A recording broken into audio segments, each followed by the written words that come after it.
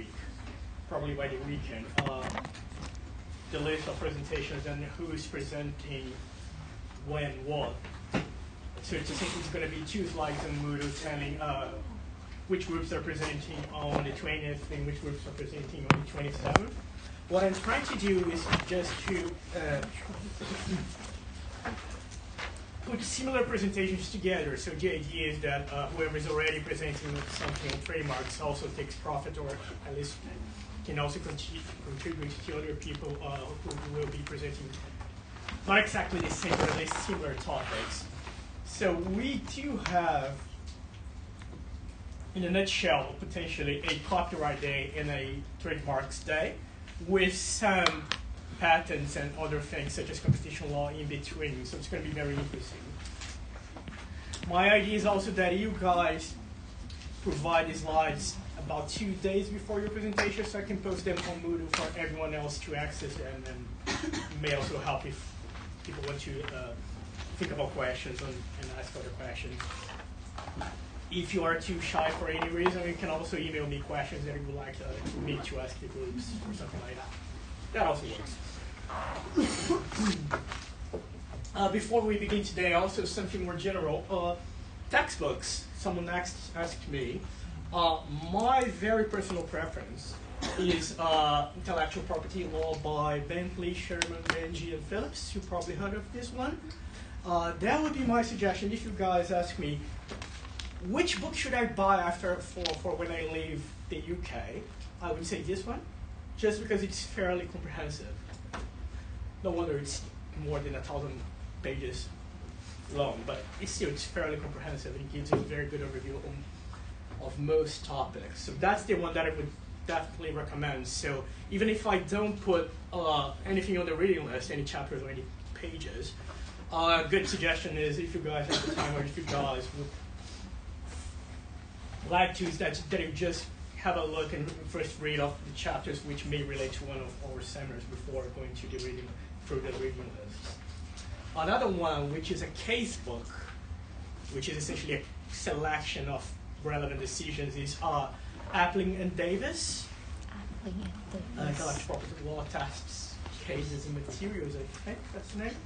Also very helpful, but they're supposed to be doing different things. One is a textbook, and the other one is a case book, which is more of a compilation / selection of materials. Both are quite good, in my opinion at least.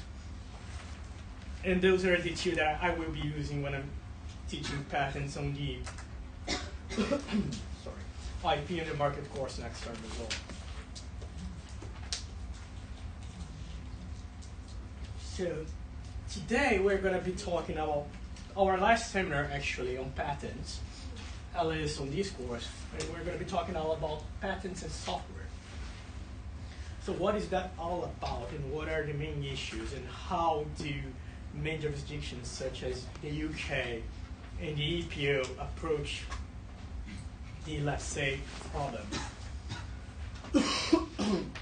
And again, the idea here is not to be terribly exhaustive, but just for us to have a gist of the main issues, is not only the doctrinal issues as to how the particular courts or offices have come to read particular statutory law provisions, but also what are the things or the policy issues or concerns underneath. So let's begin then with my question: what is software? So we keep talking about software, and these day and age, software is pretty much anywhere and everywhere. But what does software mean? Yes. A computer-based program. Good. Jeremy, right at the back. Let's say any program. Any program. So one is a computer-based, and another one's telling me any program. We will see whether that makes a difference or not. But that also relates to the question: what do we understand a computer to be these days? So how many computers do we have in this room? If you guys would take a guess. Let's say, to make things easier, that we are 45, give or take. Yep. Like depending if you have a phone or not. But also Exactly. So let's say just one tablet, another one, everyone's laptop. Let's assume that all of us have one at least. So 45, 46, 47, but smartphones, we can also assume that everyone has one. So 92, 93. If anyone happens to have a smartwatch or something like that, that's another computer. Here you go. So if back in the day, around the 80s, we used to have that very idea of a computer as being something very big, very, in some sense, unpractical, very slow, and very limited when it comes to its processing power. Today, computers are pretty much everywhere. And they can be as small as a smartphone, or even smaller than this. So this already tells us some relevance, and two things, essentially. One, that the notion of computer that we had about 3 or 4 decades ago may not be the same notion of a computer that we have today. So it's ever evolving, right? And also, this also raises the question, should this be a matter regulated or of concern to patent law? And this is one of the main questions that we tend to address and hopefully get a few answers today. Just as a reminder, you guys remember this slide from last week. Here we have the main requirements for a patent. And while last week we were looking into mostly novelty, this week we are going to be focusing on the first one, which normally, you see this first requirement being called in different ways. Patentable subject matter is one. Patentability in the more strict sense is another. Although one might call patentability, may use it as to refer to all the requirements put together, as meaning can you get a patent for something or not. And also in the US form, eligibility. So all different names to refer to kind of the same concept. So this is essentially what we will be focusing on today, although there may be some relevance when it comes also to what we call inventive step, meaning whether something, an invention, is obvious or not. And this is something very particular when it comes to the way that the European Patent Office approaches this question. Sorry, and if you guys have any questions, please feel free to raise your hand and ask. Or even if you have trouble following, or if you don't really understand something that I say. So these are some of the questions that I put on the Moodle slide, and here I'm bringing them back so we can think about them. And they're going to be pretty much setting the tone of our seminar today. So is there anything different or particular about software and software-based, software-related inventions and its outputs or products? So if we take what we were seeing last week, which was something very specific, pharmaceuticals, pharmaceutical industry, with drugs, medicaments, and that kind of thing. And on the other hand, if we think about now computers, Internet of Things, software, and things related there too, are they the same, or is there something different about them? Not only ontologically, but also as a matter of how you address them. Yes, Jeremy. I would say they're kind of excluded because they're like intangible and they all have to be implemented as a part of it. Okay, so you're already addressing exclusion. So as a doctrinal matter, the law seems to address them in a different way, or at least there is an exclusion for software or computer programs as such. So yes, there is a difference in treatment. And this is essentially the main provision. Here I'm using the European Patent Convention because it is the main provision that we have. And because you also see, when you guys read the judgments, you also see that UK courts will actually refer directly to the EPC code provision because it's exactly or substantially the same as the provision that you guys find in the UK Patents Act. So to make things easier, and also because of harmonization, to allow UK decisions, which may be a little bit presumptions, but still, to allow UK decisions to be used as a source by other jurisdictions, UK just prefer to refer to the UK supervision directly. So what we have here, Article 52.1, this is paragraph 2. 1 is essentially setting out the requirements. And then you have, in the following paragraph, saying that the following shall not be regarded as inventions. And then you have a list, which is pretty much an exhaustive list, saying discoveries, scientific theories, mathematical methods, aesthetic creations, schemes, rules, and methods for performing mental acts, playing games, or doing business, programs for computers, and also presentations of information. But there is a proviso, and this is the very important thing, and this is what leads to all the discussion that we have, and to some extent what justifies the interpretation that courts and patent offices have given to this provision, which is essentially that this exclusion applies only to the extent that this subject matter relates to the thing as such. Meaning it is not excluding anything using computer programs, but only computer programs as such. So the easy way to read this is just to think that computer programs as such are not inventions. And here, computer programs tend to be used interchangeably with software.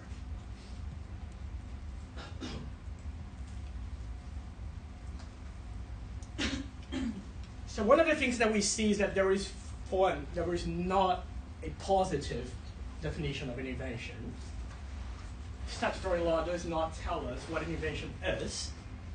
It goes the other way around. It is a negative definition to the extent that it tells us what is not an invention.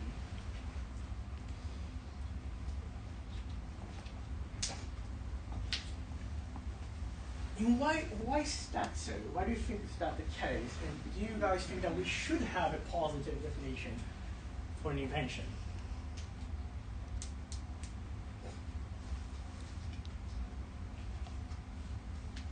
What is the potential problem with defining something?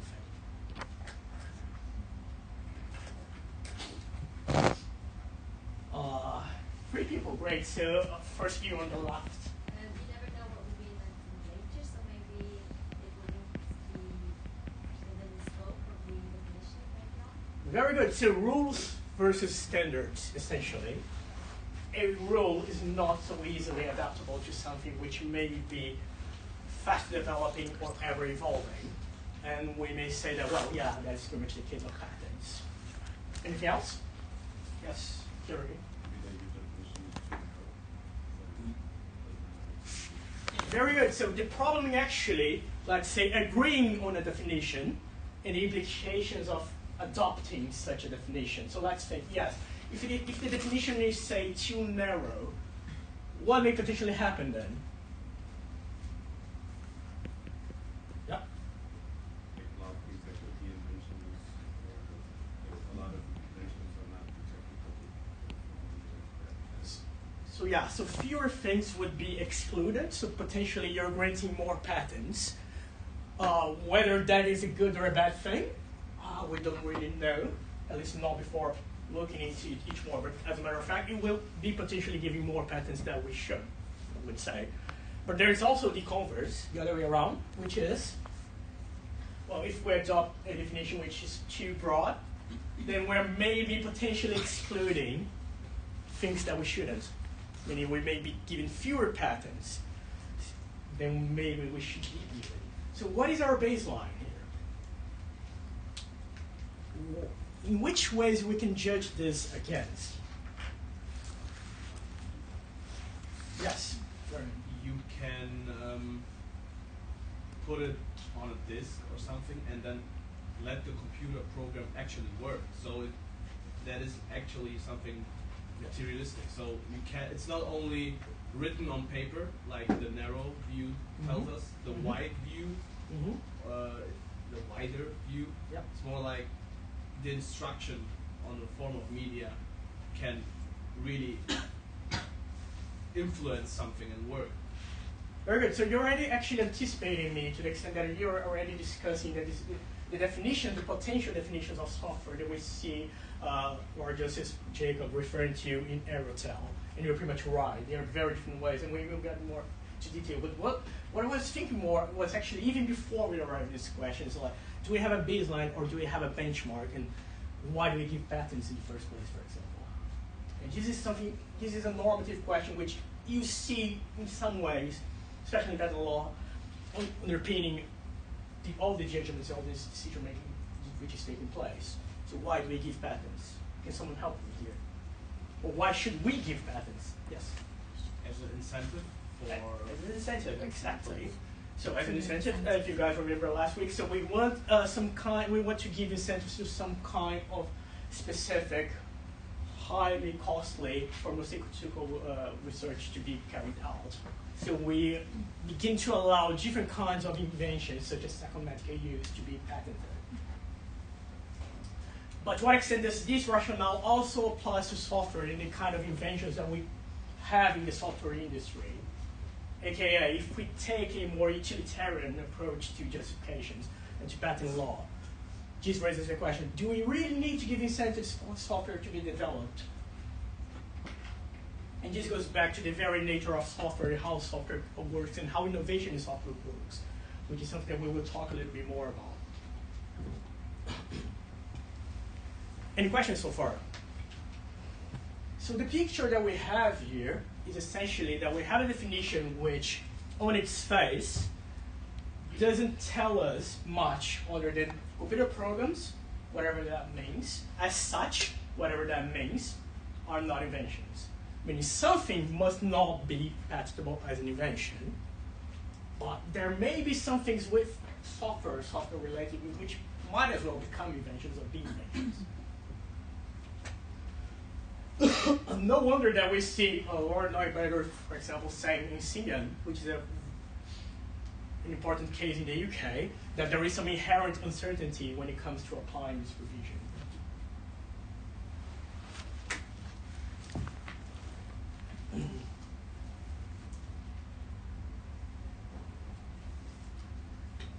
So here,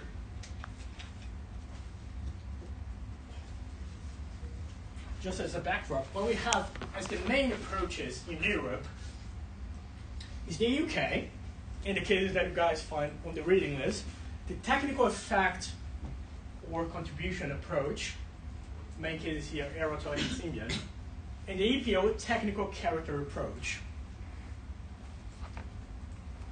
Are they the same? From what you guys have read? Or from what you guys see on this slide, is technical contribution the same as technical character? That's it. I would say no, but even having technical contributions like something you write on the paper and still not a technical character. Very good. So not exactly the same things, or not necessarily. But one question that one might also ask is, does it matter? And why am I saying that? And this is the point that you guys see being raised in Symbian. It's a fairly doctrinal point, actually. Yeah? Yeah, it matters because sometimes, like in some cases, that makes a difference if like the program is not mentioned. It comes when it does matter, to be fair, when it comes to the exclusion being applied. So when it comes to the application of Article 52, it does matter.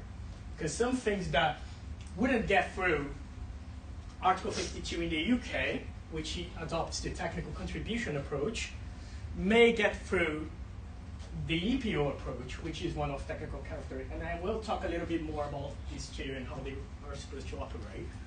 But the point that is being made there is also that it doesn't matter that much, because when the EPO arrives at another requirement, that one being of inventive step, it actually reconciles the approach to the extent that they're looking for some kind of technical contribution. So in the end, what it comes is that they both arrive at the same result. And there has been, at least so far, no evidence to the contrary, actually. So it's fair to say that, broadly speaking, both are looking for something like a technical contribution, but what does that mean? And what does technical character means? So let me ask you guys, what is technical?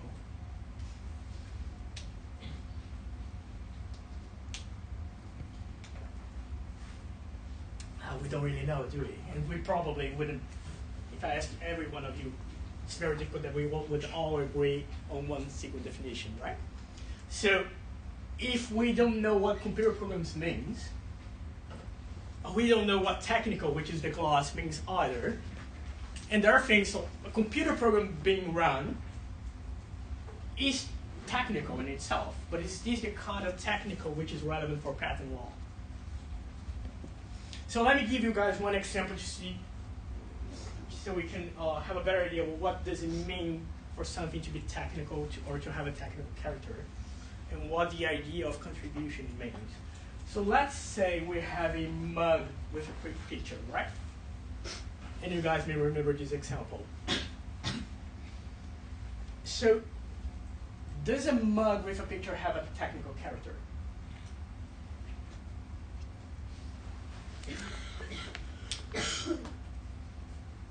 No fear of getting it wrong. I've been doing this. I've been giving this same example for about 4 or 5 years, and 72% of people get it wrong actually. Yes, sir. Does a mug with a picture have a technical character? And what is that technical character? Is there something technical about a mug with a picture? Yes? Actually, yes, it's really about light. And maybe I was thinking about technical could be something, a specific way something is done. Okay, so manufacturing process, yes, that is very technical. But let's say that the invention here is not a process invention. It's actually the product itself, the mug with the picture. Behind you, yeah. I thought maybe if it was personalized maps, the way that the picture is useful towards the production process. Maybe if you have an internet portal where you upload your holiday picture. Mm-hmm. Okay, so the picture, or it depends on how the picture is being applied, or whether there's something special about this particular picture, which is on the mug. Anyone else? Yes? I would say the mug itself, so Uh-huh. there's something inside. Very good. So the mug itself, and this is why the example is so counterintuitive, because there's nothing really technical about the picture itself. And the technical character of this, let's say, invention is the mug. Why do we, or what for do we use a mug? To hold liquid. So the thing is that we're thinking here about the first requirement of them all, which is whether it is a patentable subject matter. And the thing is that all our natural biases is already looking for something like a contribution. We are already asking, when you think of the picture, and when you focus on the picture, and honestly, that's what 90% of people do, is that you're actually looking for a contribution because you're thinking that, well, the mug is not new, so something else may be the invention here, which is not the mug, so it must be the picture. And then you try to find something technical about the picture. But the question actually that I posed here was one of technical character, not technical contribution. And this is the main difference. So if character is more of a, let's say, platonic / ontological question, the thing as it is. So what is technical about this, regardless of it being new or being obvious or something else? So here, when we think about the mug with a picture, the technical character of this is essentially the mug, which allows people to hold liquid and drink it instead of having to use their hands. So I'd say, let's think that obviously there was no patent law back in the day, but prehistoric period, people had to drink with their hands. That would not be the most efficient thing to do until someone arguably came up with a cup. Hence the invention of a cup back in the day probably would be new and inventive. Well, cavemen who invented that would get a patent if there were such a thing as patent law. But obviously, there is nothing new or inventive about a mug today. And this is the point about this example, because then, if we compare technical contribution and technical character, we see that they can be quite different when it comes to applying Article 52, right? Because let's try to go first with technical character, the EPO approach. Does a mug with a picture have a technical character? However counterintuitive this question may be, it does, because the mug is technical. So the invention, the way it was described, is actually borrowing the technical character from something else. Okay, here in this case, from the mug. This is why this approach is also called the any-hardware approach. Yes?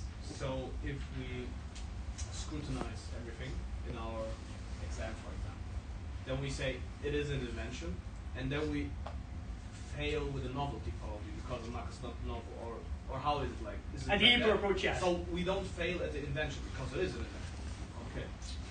Okay. It is not excluded. Yeah. That is the way that you would normally. But yeah, you're absolutely right. Actually, if you were applying the EPO approach, it would be an invention, or at least it would not be excluded, because it has technical character. So, but yes, you're absolutely right in saying that. But however, when you get to the second stage, something else happens. But let's hold this I question. just don't know how to scrutinize. But you're absolutely right. That was. But now let's think about technical contribution.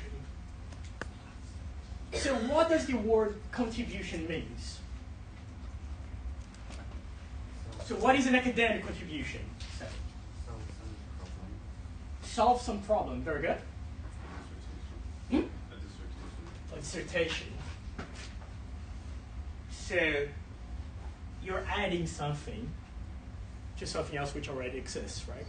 You're contributing, meaning you're adding to human knowledge, to academic contribution.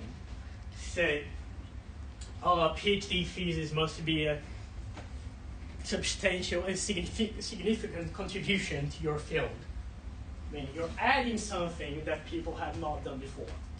So there's something new here. So it already implies the second stage, meaning that it has to be something different, it has to be something new. So now, if we get back to our example here of a picture with a mug, so you see, even I'm getting it wrong. A mug with a picture.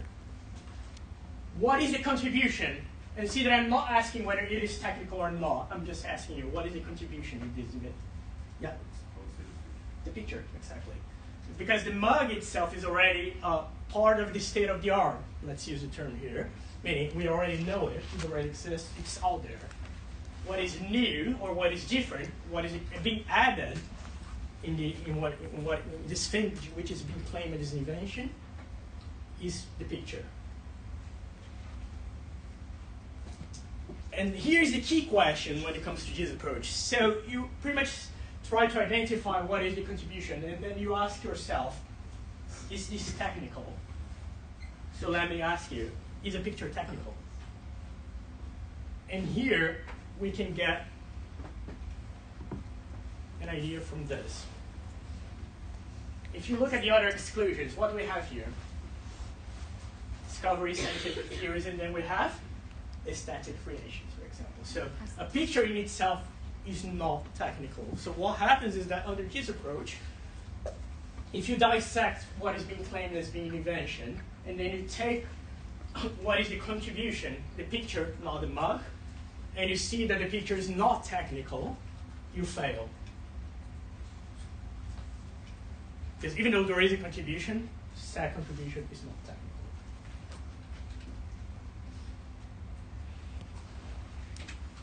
So this is essentially what you're finding Aerotel and Siemens in more difficult words, in a way. Same thing, now bringing this more up to date in using software. Let's say we have an iPod with a Lady Gaga song, which happens to be a new unreleased song. Does it have a technical character? Yeah. Yes, and where does it come from? From the iPod. Even if it is the iPod 1, it doesn't matter. But is there a technical contribution here? Yeah. I would say no. Why? Because the song itself is like has to be creation. Yeah, exactly, because the sum, which is what is being added, which is what is different, what makes this thing different, is actually an aesthetic creation which is not technical.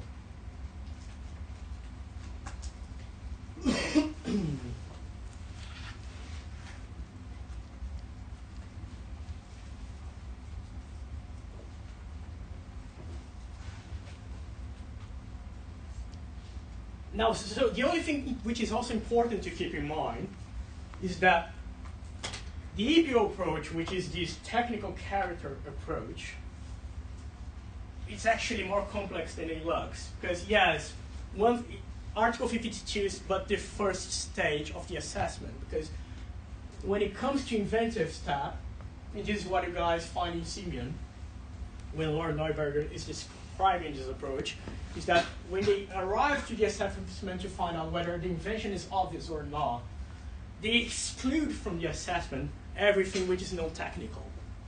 So they're also asking the question of contribution, but in a different stage.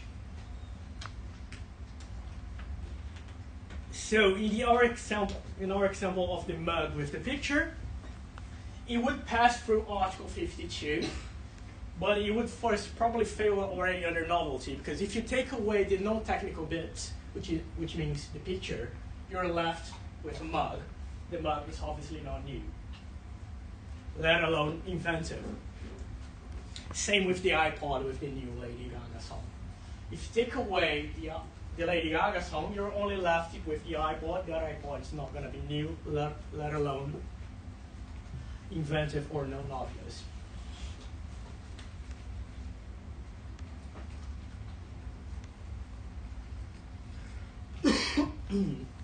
Okay, so far?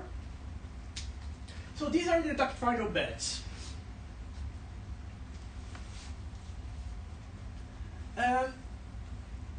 Now let's get a little bit more normative, maybe.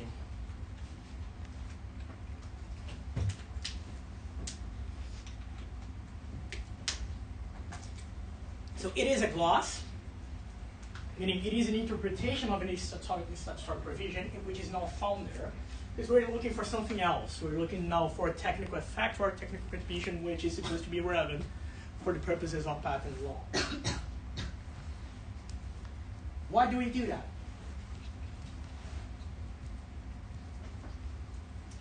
Why do we simply not define computer programs? And here you already mentioned, in Aerotel, we do find already two potential definitions for computer programs, right? One is the narrow definition, which you guys already mentioned, which is a set of instructions. A computer program is, if you ask computer science, it is pretty much a set of instructions. If you guys have ever come across most or some computer languages, you will see there's some very familiar syntax in the form of if, then, and else. So in programming language, you sometimes use if something happens, then this will happen, else something else will happen. So there is a fairly obviously far more complex than this. But it is a set of instructions. And this is the narrow definition. There's also the broad definition, which is a computer program being run. Meaning, essentially, this particular set of instructions actually already working or operating on a machine, which means, broadly speaking, a computer. And we have already discussed how narrow or broad definition of this particular word may affect the question of patentability, especially, or even at a policy level.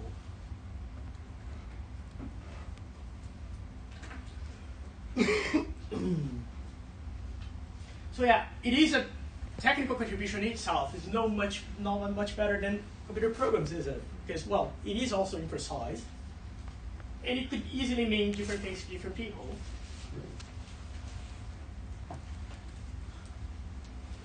So what gives?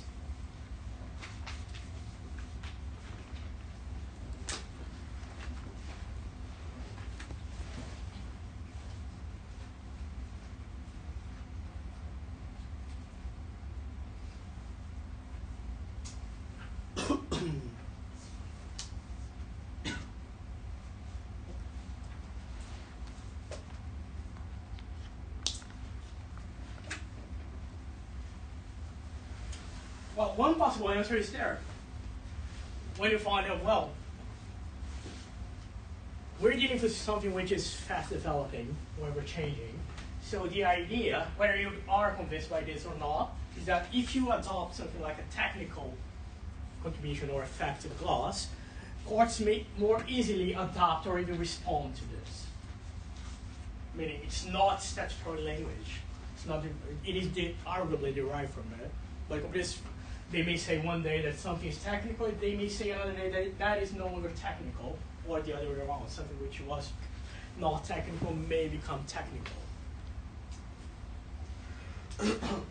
And here I would remind you guys about what we discussed also last seminar when it comes to courts reading or applying statutory provisions and whether they may be going too far or not, or whether they may actually be creating law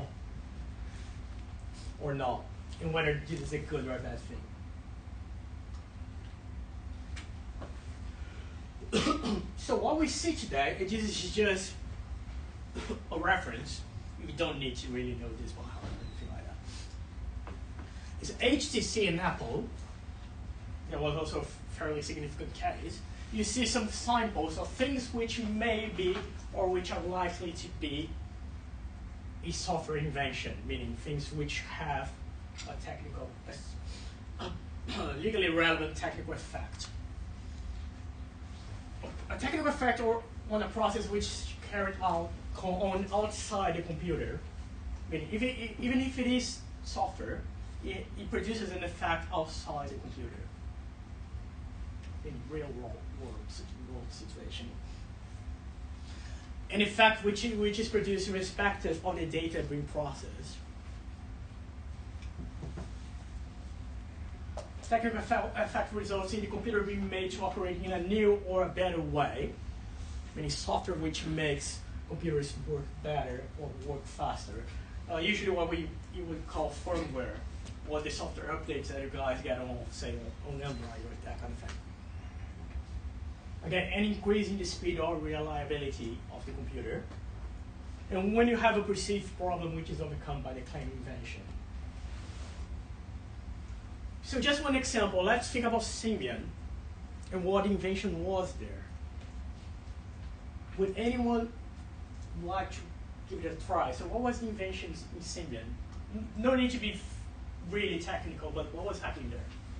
Yeah. It was like a library. Yeah. Yeah. A digital library, yes. And what was the relevance of that? Arguably. The relevance of that was, I'm not sure anymore, but the point was technical or contribute like knowledge. Yeah, but let's say you're right. It is a DLL, which is a fairly common thing that you guys see in operating systems, which is a file system architecture thing. It operates, it is not really visible to any of us, but it is a shorthand, so computer programmers can actually use this to refer to particular functions which are performed by the computer. And the point of this invention, with some oversimplification, is that essentially it made programming easier, and it allowed the computer to operate in a faster and more reliable way. So one important thing here about this invention is that when we think about computers, again, not necessarily, or at least not only this kind of computer, but also this kind of computer. So one example is if you guys think about digital cameras, right? So back in the day, and here I'm saying way back in the day, let's say early 2000s, if you guys would have a digital camera and it would take a picture, how long would you normally press the button and wait until the picture actually showed up? A few seconds, right? It was fairly annoying. So you had to actually press, and people would have to hold still for a few seconds before the picture would actually be taken. So one would say that this kind of invention would allow the computer to operate faster. So this is arguably the kind of thing which allows us to shorten the time that it takes for a picture to be taken digitally. So this is the kind of effect that you see outside of the computer, because it's a picture which is being produced, even though everything takes place digitally. Right? And do we like this kind of invention? Do we want faster computers, or at least do we want to not have to wait about 10 seconds before a picture is taken? This is one of the possible arguments. Yeah? So yes. Yeah. Easy answer. Probably the easiest answer of today. Yeah, so put in simple terms, yeah, this is normatively desirable.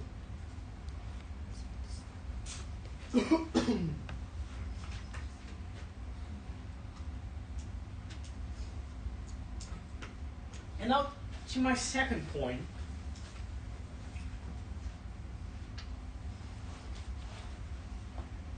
Which is the evolution of software and how we understand software.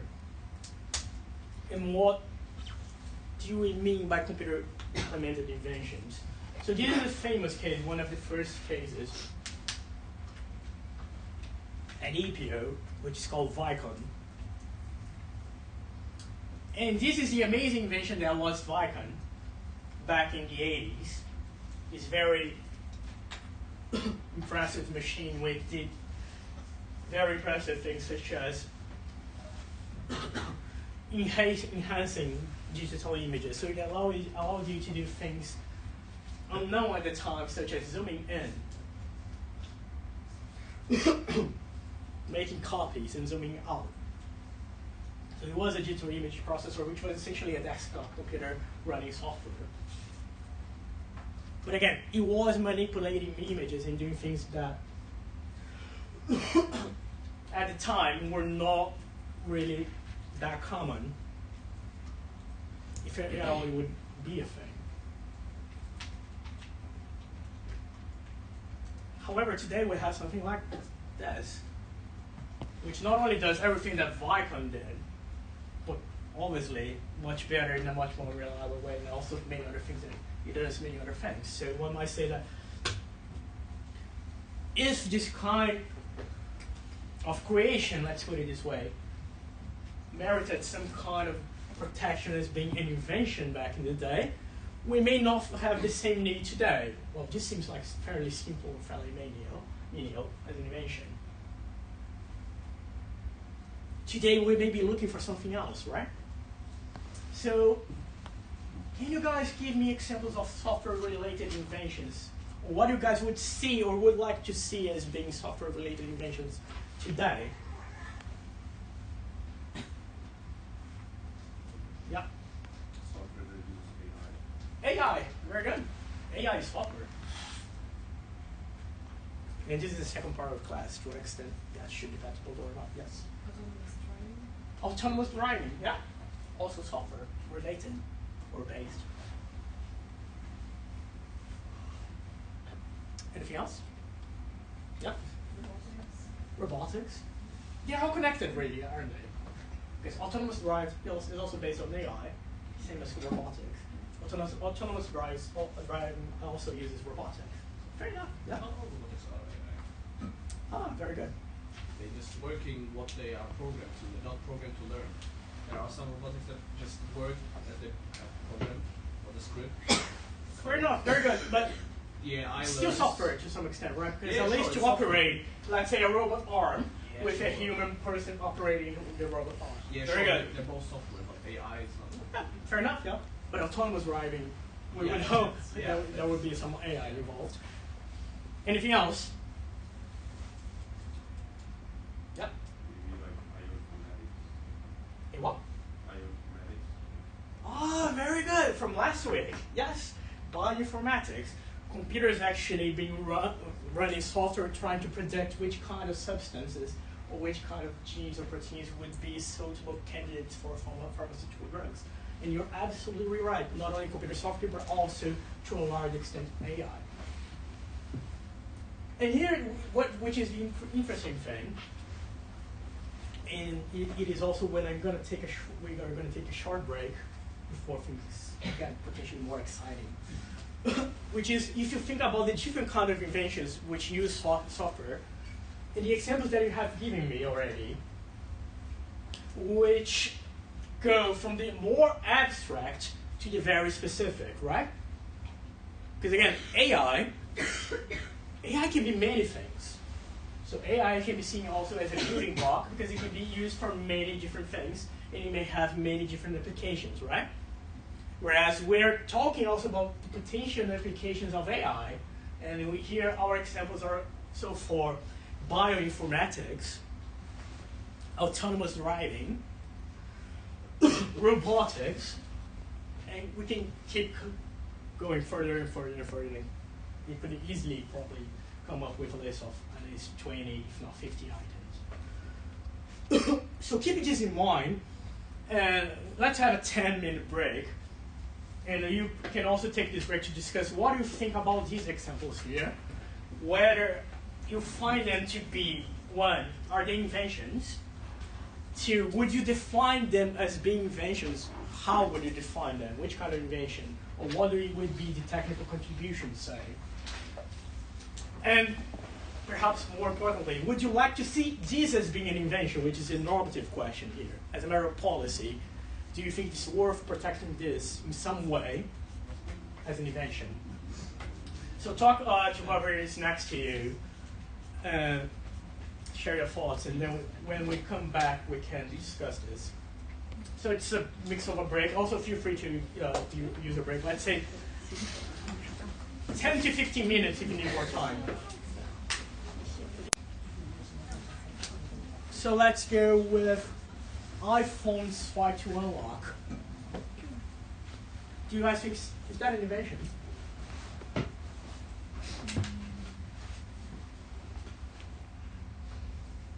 And again, I'm not asking you whether you think it's new or whether you think it is invented or non-obvious. My question is just, we're talking here about the floodgates. Should we allow the possibility of something like swipe to unlock being patented? AKA, is that an invention? Or should it be an invention?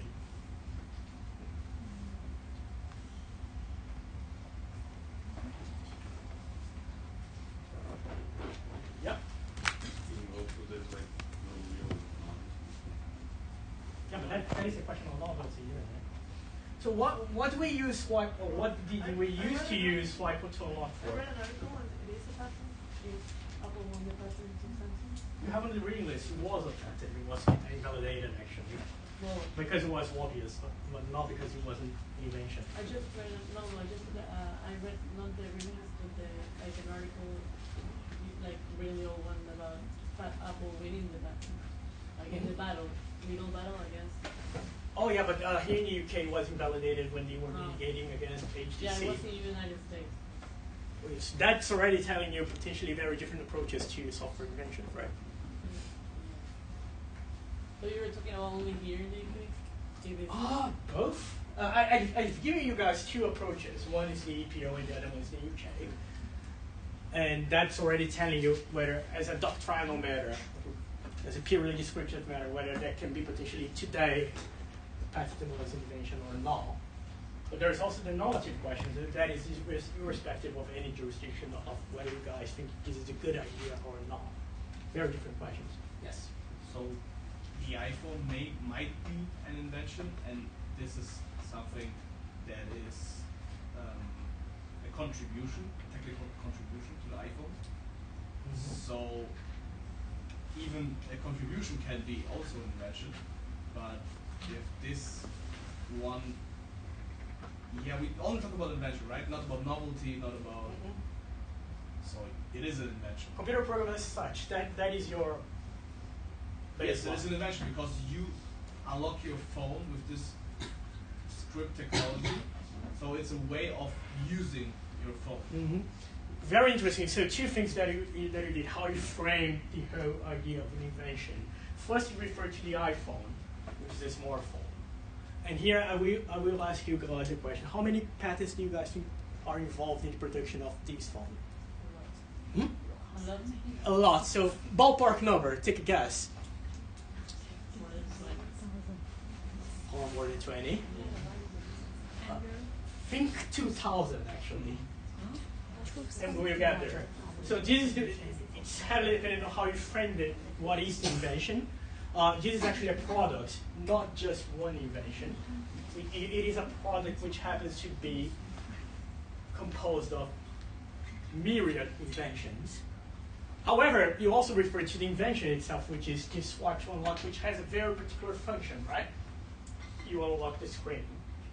Not only that, but it also like you don't unlock it accidentally in your purse or in your pocket. Very good. So I like it because then you're talking about problems, and this is addressing problems as well. So problem set, let's say back in the day, if you put that in the purse, then it would unlock by itself and dial to someone or accessory mail or whatever. This avoids it. So you're actually addressing a problem, solving a problem without circumventing it. If you guys remember the fine goals, that's another one. So very good. Now my second question, should we conceive of these being something worth of a patent then?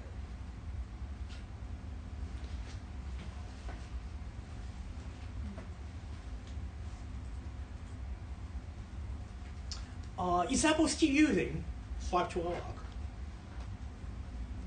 Older models maybe?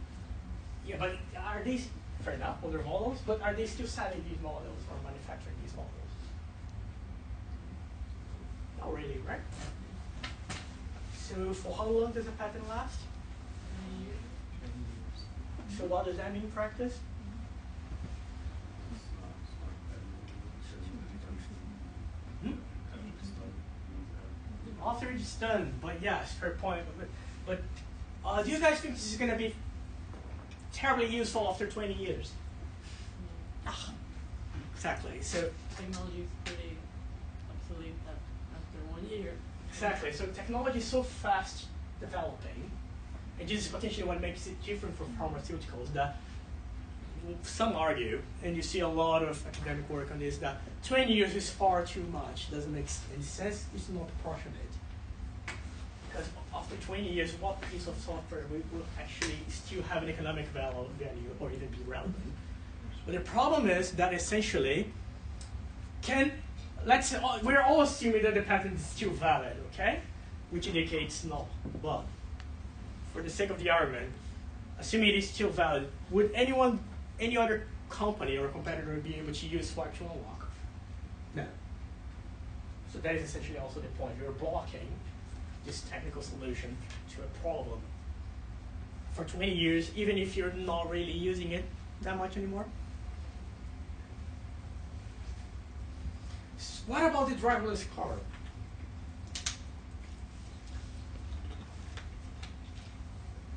Again, same thing about product and invention.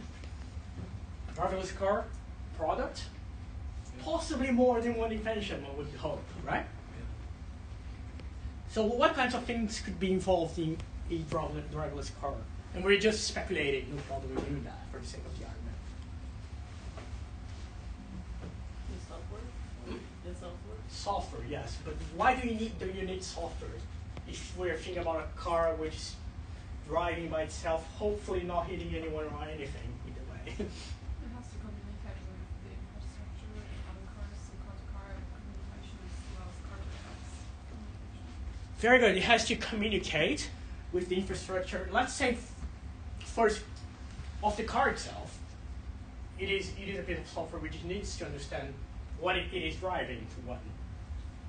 And it has to have some kind of perception of its surroundings, meaning I'm driving on the street and there's nothing ahead of me or next to me.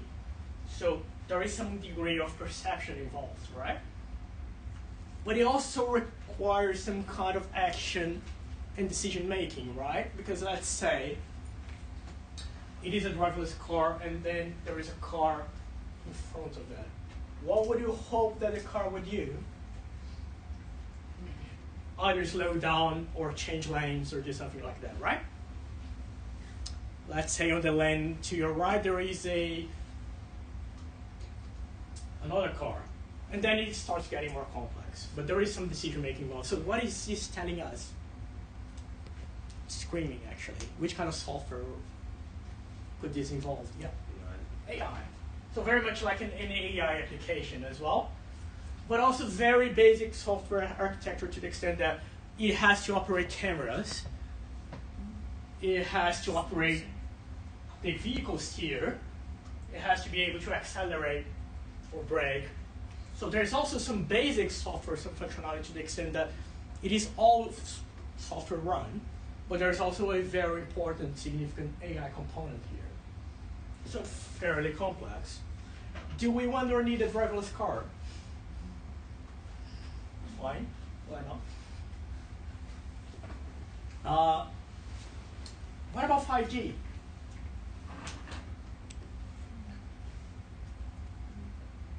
Don't worry, there's a point in what I'm doing right now. Yeah. Just to be clear, is the driverless car invention? Yeah. It is a product which involves many inventions.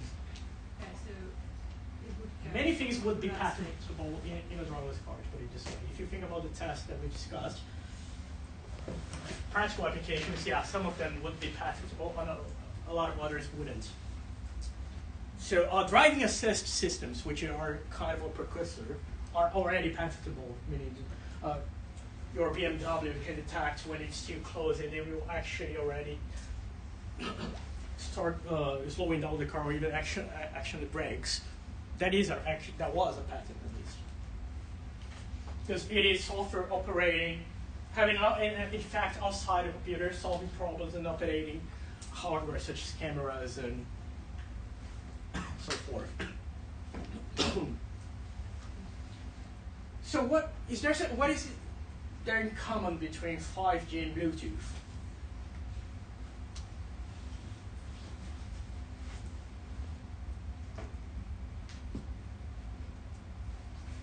Yeah. Both are using transfer data, very good. We find both, say, in a smartphone or on a desktop computers. So 5G. Do we want just one company using 5G or being allowed to use 5G? No. Bluetooth. Neither, right?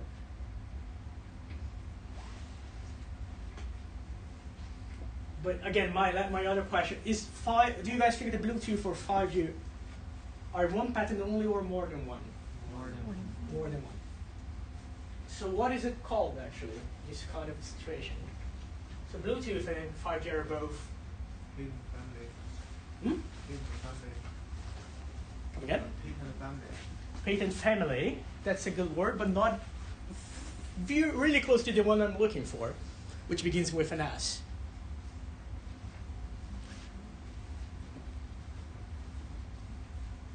They're both standards. Yeah. And they're standards because we expect them to be widely adopted within the industry. Because what is the point if only one brand is using Bluetooth?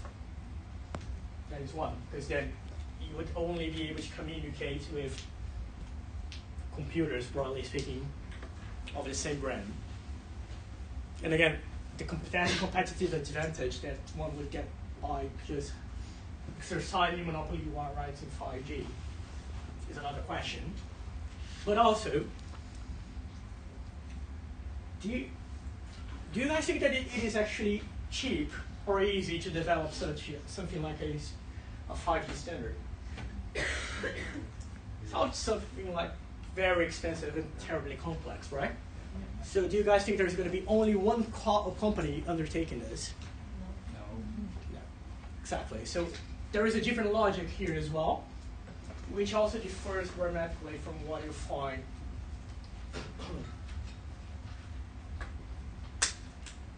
in the pharmaceutical industry, and that is essentially that companies not necessarily work together.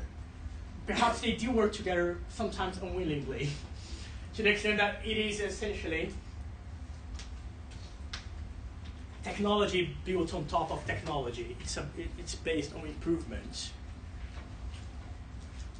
3G is already an improvement from Edge, I think, or GPRS, one of the two. 4G is already an improvement on 3G. 5G is going to be an improvement on 4G, and there you go. So we keep working. But if you guys remember the time frame, 20 years, many of the 4G patents, 3G patents, maybe even the other ones are still valid. So, and a standard is usually,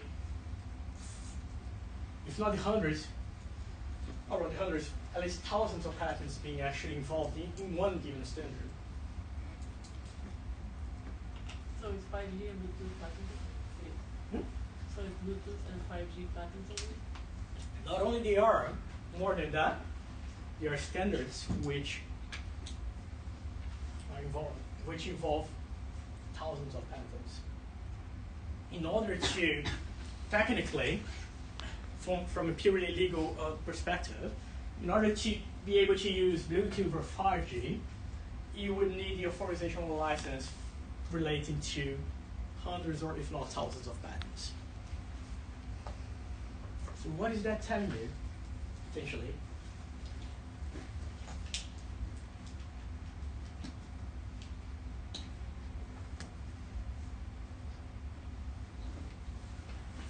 So last week, we had a similar narrative to the extent that we're talking about patents and incentives, right? And how the law, and here law as applied by courts, developed itself to accommodate concerns or demands from the pharmaceutical industry in order to provide what we would see as necessary incentives for the research and development of new pharmaceutical drugs, right? But that also created a problem as well, right? Because then we discussed infringement and how 111 was a case where how can we ensure that the generics industry will be able to market products subject to an expired patent while also ensuring some kind of protection or incentives relating to the second patent. Here we see again, don't we see the same narrative here, or a similar narrative to the extent, yes, we're trying to accommodate new technologies and new kind of inventions, but now we have a single product which is dependent upon 2,000 if not more patents, which means that if Samsung wants to sell this, they can only do it if they get the license from 2,000 patent holders. Probably fewer because some companies hold more than one patent, but for many different companies or patent holders. So what are the potential implications here? You first and then Jeffrey, yeah. It will slow down the whole process of like invention and coming out with like new products. Sorry? It will slow down the whole process because you have to get all the licenses in order to Very good. develop the product. So clearance problems potentially may slow down. And do you think that under normal conditions, patentees would license things for free?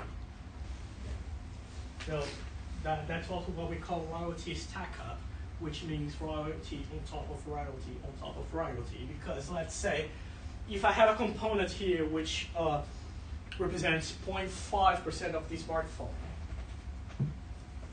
but I have to pay royalties which are 0.005, but that also comes with many other components which need to be licensed, then you find out that a significant part of the product itself may be due a lot of royalty licensing payment actually. So yeah, slowing things down, increasing costs. Yes? Not only costs, also like the reasonable work behind it to contact everyone and to have the overview about every patent owner. Yeah, which is related to the clearance / slowing down things somehow, yeah. point. Yeah. But there is something which may be more significant as well. So, what may a patentee do when someone is infringing their patent? Yeah. They will sue them. Hmm? I would say they will sue them. You what? They will force Sue them, yes. And what is the remedy? Compensation. That too, but it is a property-like right. So what would do we want? to get when people are using your property as a remedy. Yeah. The property or compensation. The actual property itself, like compensation. So someone is actually trespassing and is using my own property. Let's think land law here. The first remedy, instead of compensation, the first thing that I'm looking for is actually to get that person out, right? So excluding. Stop them This is from why. using the patent. Hmm? Stop them from using the patent. Exactly. So if there is a component here which is patented and I seek an injunction, so that would mean that That phone can't be selling, they have to stop being sold. very good. For one, sensor would have to stop selling. Potentially, they have the option to replace the component, but that not only take a cost, but if someone tells you that it cannot use 3G or Bluetooth, is that really an option to replace that for something else? Not really. So this is also the infringement problem here, and this is the other scenario which we call hold up. When you see a patentee which has a patent corresponding to say 0.003% of the product, which nonetheless may in theory get an injunction which would restrain the use of this component by the manufacturer. And the manufacturer may, if this is especially a standard, may not always have the option of replacing this for something else. So one would say that this particular patentee may have a lot of leverage. It may actually ask for a higher price than otherwise would economic conditions would, or the market itself would dictate, right? To say, oh, I have one patent out of 1,800 in the Bluetooth standard, but I don't care because you need my patent. If you don't have it, you can already use Bluetooth. So I'm going to charge you 5% as royalties, and there you go. I have a question. Yeah. What if all the problems that you just stated because of the patent Bluetooth and 5G, like, are they happening now? Like Apple has to pay. Exactly, that is exactly the point. There are a real problem which has been litigated in different countries, including the EU, the UK, and the US.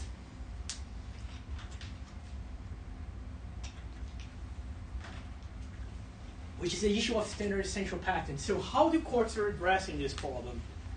Because it is a real problem, essentially. When you have patent polls, you need to license all these patents. And you want to do this in a cost-effective way while also avoiding the possibility of injunctions. And there are two movements here that we see. One is from, I would say, the industry itself, or the industries. Another one is from courts. And you guys should know this because it's on your reading list.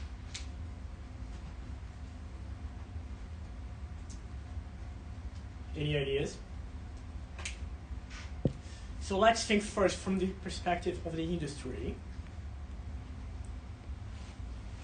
If we're all, let's say we all have patents, all the 45-ish of us. Different patents, but all our patents are together the Bluetooth standard. No one else outside of this room has a patent relating to the Bluetooth standard, right? We're 45. Let's say 15 of us also happen to be, and I know I'm inflating numbers, but bear with me. Let's say the 15 of us also happen to manufacture smartphones.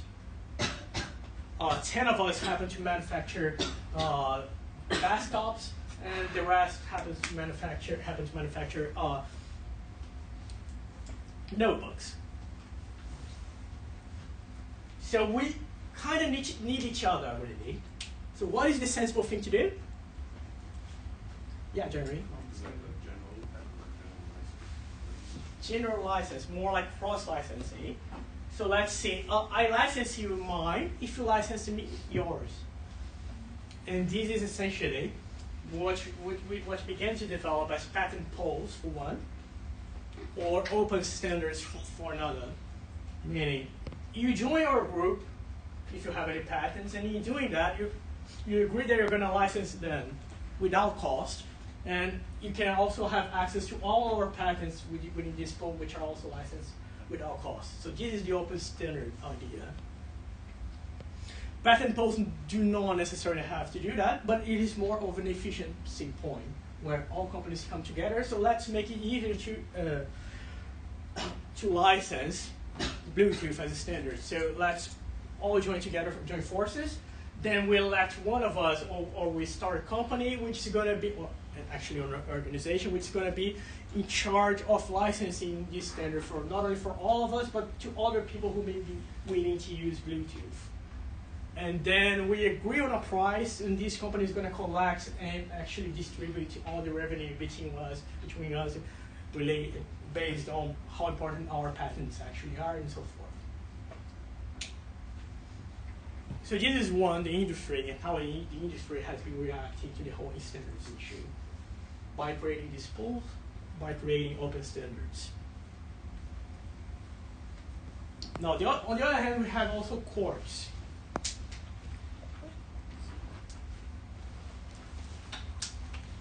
What can courts do, if at all?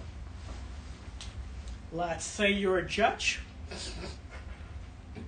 and then comes one day a patentee having one of us approaches you, seeking an injunction for their patent, which corresponds to 1/45 of the Bluetooth standard. What are the options here? As a judge, from a very practical point. Could you please repeat the question?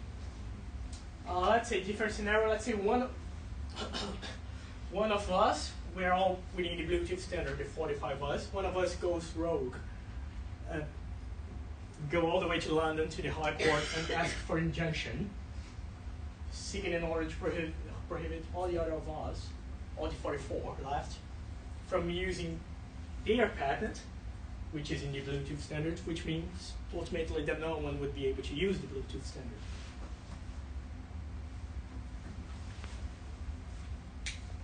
Yeah. First you, and then Maybe like keep everybody, like kind of the same thing, but like keep everybody. So if the one person doesn't, maybe the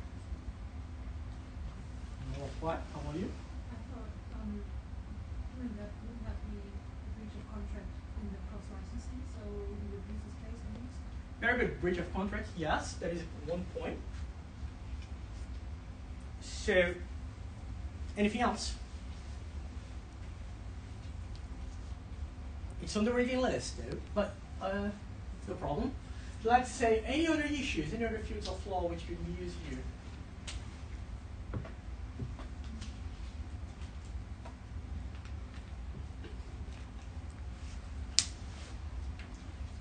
So the option from a very practical point is that the court may find a way, as they did, to limit injunction powers or to actually avoid giving an injunction. And the answer, at least in European law, is competition law, for example. So that's why you got, and those of you taking IP on the market may potentially see these when it has been argued under abuse of dominance that it may be an abuse of dominance to actually enforce a patent which is part of an essential standard if you do not make efforts to negotiate what we call a friend license, which is a license of fair and reasonable terms before actually seeking an injunction. So essentially safeguards and restraints, making, not only limiting the exclusionary rights deriving from a patent, but also seeking to facilitate a more negotiable solution. Whereas in the US, because they can, a common law in the US, they essentially limited, having a criteria for giving an injunction which is public interest. So whenever it is contrary to public interest, courts may deny an injunction. So injunctions in the US are not automatic, as they arguably are in Europe. So they are more discretionary, and whenever there is a public interest involved, an injunction may be denied.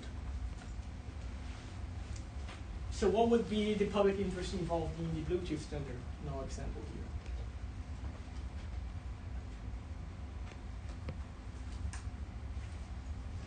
We want to use this standard. It is a standard. You can already expect that all companies would be suddenly removing all the products from the market, and also technological development and so forth. Can you repeat what the UK courts there? How UK courts is also the competition sorry, law approach, the- which is the EU law approach, because we're still within the EU. Yeah, that one. Can you repeat that approach of the European court? Essentially, it is a mix, and you find this on your reading list. There is a case which is HTC and ZTE, that is the ECJ case. It is essentially under Article 1 and 2, which is abuse of dominant position, where, in a fairly convenient way, has been held that if you have a patent which is part of a standard, you hold a dominant position. So they kind of streamline the question of where you have a dominant position. And you may abuse this dominance if you're trying to enforce this patent without at least trying to agree on a license first. A license which is on fair and reasonable terms, meaning you need to make best effort to actually negotiate something which is fair and reasonable, not like saying, oh yes, you can, I'm going to license you, but it's going to be 50%. But in the case that you point out that we're all in a standard Bluetooth, and we're all like using the patents, and some like you go to the court, Yeah. you will be there. That means that I would first, if I have negotiated a contract and that contract is on fair and reasonable terms, it is a firm contract, I wouldn't get an injunction. Because I would be abusing my dominant position, or the dominant position that I hold because of this particular patent. So it's essentially competition law interfering to limit the scope of patent protection in a very convenient way. Some people agree, some people don't. And also because the enforcement directive, which is an IP directive, but it's a general one, says that royalties must be proportionate. So these are the two grounds which have justified this limiting effect on scope of protection, even more remedies when it comes to patents and standards. But more importantly, it also shows us that how complex this is, because we're no longer talking, and this is what makes it different from the pharmaceutical industry as well, because we're no longer talking about a single product, such as a substance, no matter how many different uses that substance may have. But we're talking about things which are not even a product, or parts or components of products, or some things which are just technologies, which may or may not be used in many different kinds of products. But on the other hand, most of them are also things that we want to see developed. Because I assume that most of us would like to see 5G, maybe one day 6G, Bluetooth, and whatever else takes over. So it's also this challenge about reconciling patent protection incentives, but also competition, and the creation and further innovation by creation of different inventions.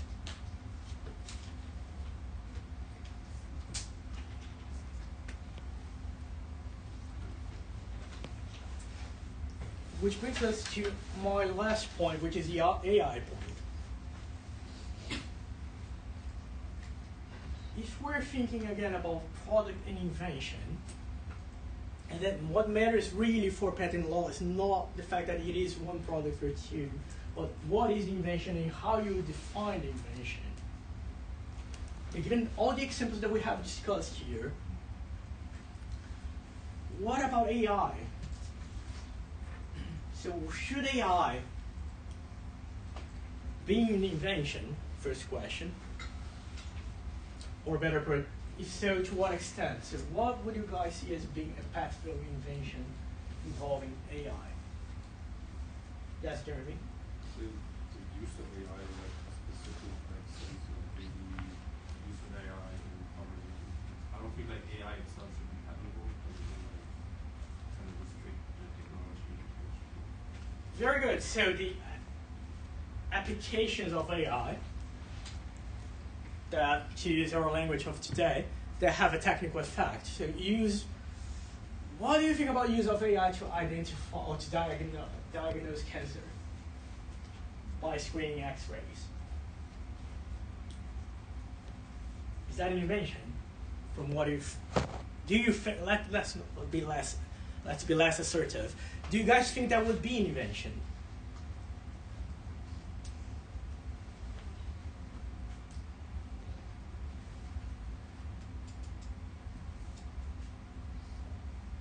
More importantly, do you guys think that should be an invention?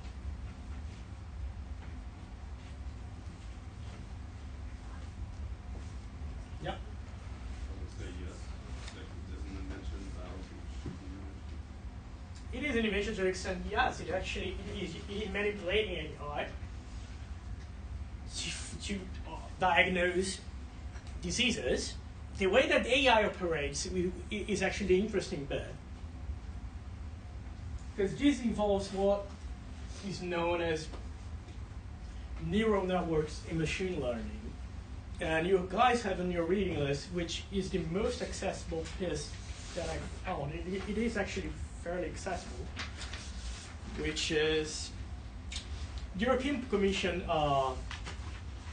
paper, a definition of artificial intelligence, and the other one, artificial intelligence real benefits. These are really helpful because they are actually addressing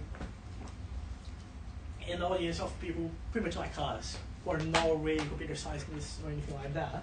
And they do pose some very interesting questions, and they kind of explain that in a more simplified manner how AI, at least the neural networks / machine learning, works or operates. So in a very simplified manner, it is essentially operating by what we call clustering or categorization. So you have a software which has been programmed in some way, and you can teach this software. So like a child actually. So you show a picture to the software, and I know this may sound weird or counterintuitive, but you kind of show examples to the software, so you can teach it. Let's say you show them pictures of cats and say this is a cat, this is a cat, this is a cat, and then you show them one of a dog, and this is not a cat. And then you hope that after having learned through these examples, this piece of software will actually be able to distinguish cats from other things.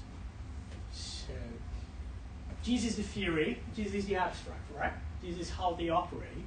So I'm doing this with cats, but it may also be X-ray scans or MRI scans, and I'm telling the same software here.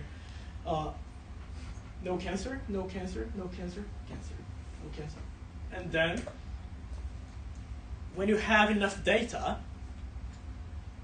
they become far better to predict and identify those things than us, essentially. So do you guys see the two levels that I'm mentioning here? First one is just plain abstract technology and how it operates. The other one is the application, and I gave you two different applications: tell apart dogs from cats, telling attempt to diagnose whether someone has cancer or not by looking at X-ray and MRI scans. So think about these two levels and about the implications of when it comes to patenting. So Jeremy's example was essentially addressing downstream. So he's thinking more about the lower level, about the use of AI, meaning the use of machine learning and neural networks for a specific application. Let's see if you have cancer or not.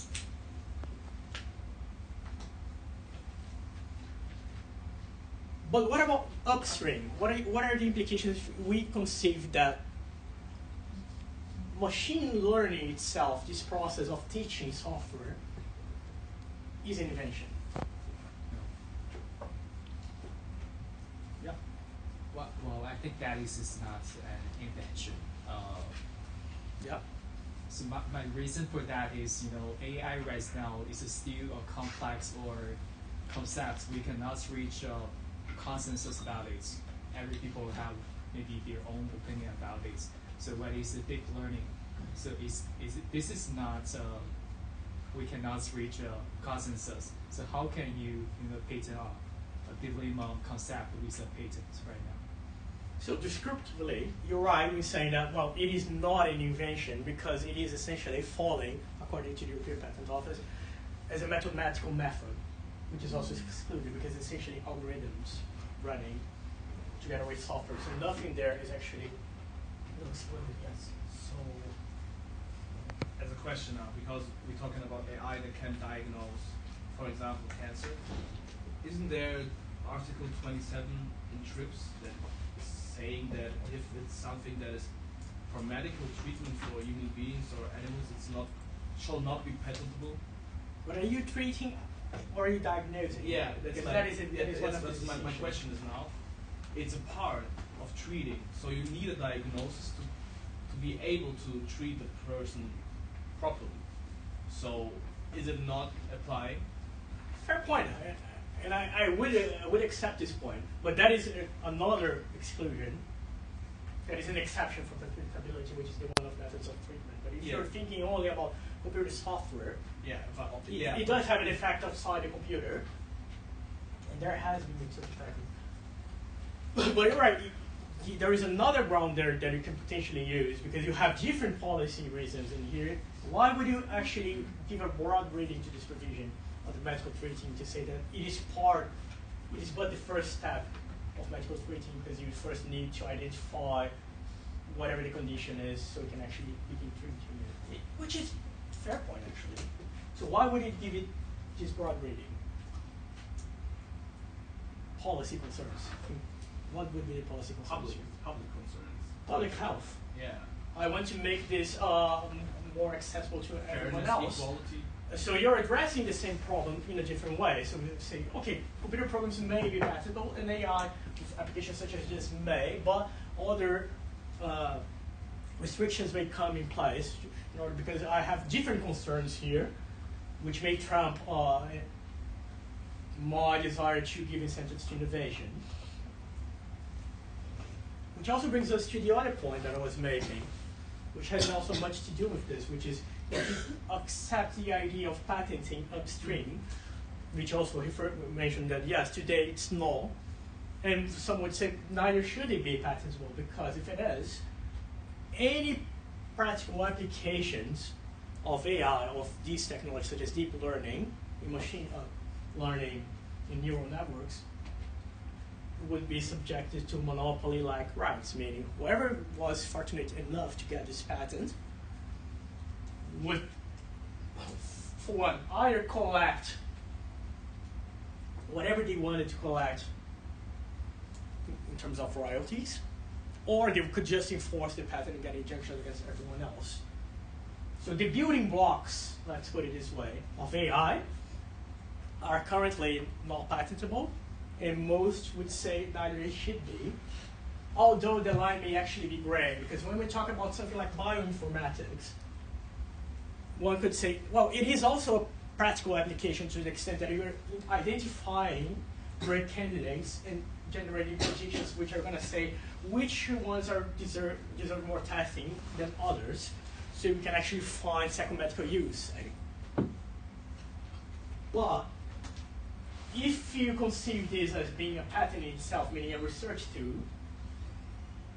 the implications are not that quite different from you thinking of AI itself, because it's also upstream, but it is in a technical application of AI, which on its face would be theoretically patentable, which is still upstream in a way. So you would think that anyone doing this kind of medical research would have to actually get a license from this patentee, or develop an entirely different technology which is non-infringing, which one would say is fairly efficient.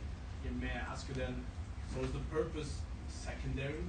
Because we're talking about the purpose of the AI now. Is the purpose to view like a secondary point, not main point, about when we scrutinize patentability? Interesting. So what do you mean by purpose? Like we talked about, we have an AI, but all AIs are working pretty similar. They're learning. We educate them to learn or program them to learn.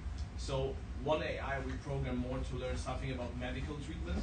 The other one is more about how we can drive in the infrastructure as a car. So Yep. is the purpose a secondary point to scrutinize or the Very main interesting point. Yeah. I would say that here we need to think this in two different ways, and it can get convoluted quite easily. One is the law as it is, and the law as it is being applied, and you see this kind of distinction. But it's not that clear because this one may fall either way, but I would say that today it's more likely to fall within the line. It's going to be patentable, whereas neural network itself, neural networks would still fall within the domain of the abstract. But the other point that you make, and you also see the question of purpose as you frame it, arising, is also the normative point, whether we should give these patents or not. And here you may have a stronger point. You say that because of their purpose, or because of their reasons, these should not be patentable either, although currently the law doesn't make such a distinction, which is a very interesting point to make, because if we have been talking just about clauses, interpretations of statutory law, because this is all, the very beginning was just Article 52, and we took a long journey to here, which is all a judicial construction, either from the EPO or from UK courts in the EU or the US. Many different courts have addressed the problem in different ways. So that also tells us that there may be good reasons, policy reasons, for us to draw another distinction, and that distinction is actually possible, even though it's not available or applied in practice today. But that's a very good point. That's why you see authors in the US also saying that, and you have Mario Biagioli, when you're reading this, saying that maybe the question that we should be asking ourselves is just a question more of a spectrum between abstract and specific. And we need to draw a line and say that abstract things should be left out and specific should not, instead of being too concerned about issues such as materiality, whether it is tangible or not. Because this is all fairly tangible. And one would say that's not the real question, actually. The question is how specific it is, actually, and all the policy concerns that you have. So there's also these perspectives, different perspectives, especially from the authors in the US. Mark Langley from Stanford also makes the same point. They say that maybe we should be asking ourselves the question of abstract and specific.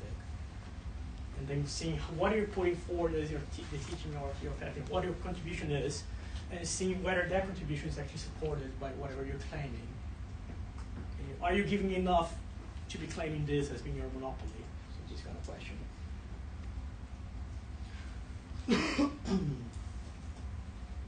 Yeah.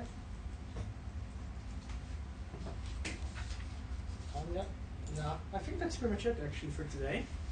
Do you have any questions?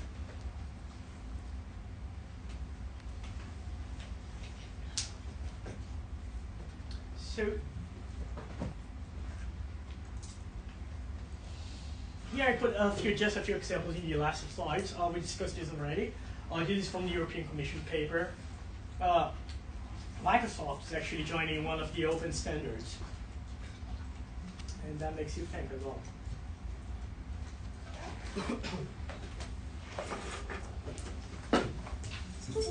Just one thing as well about the presentations that you guys asked.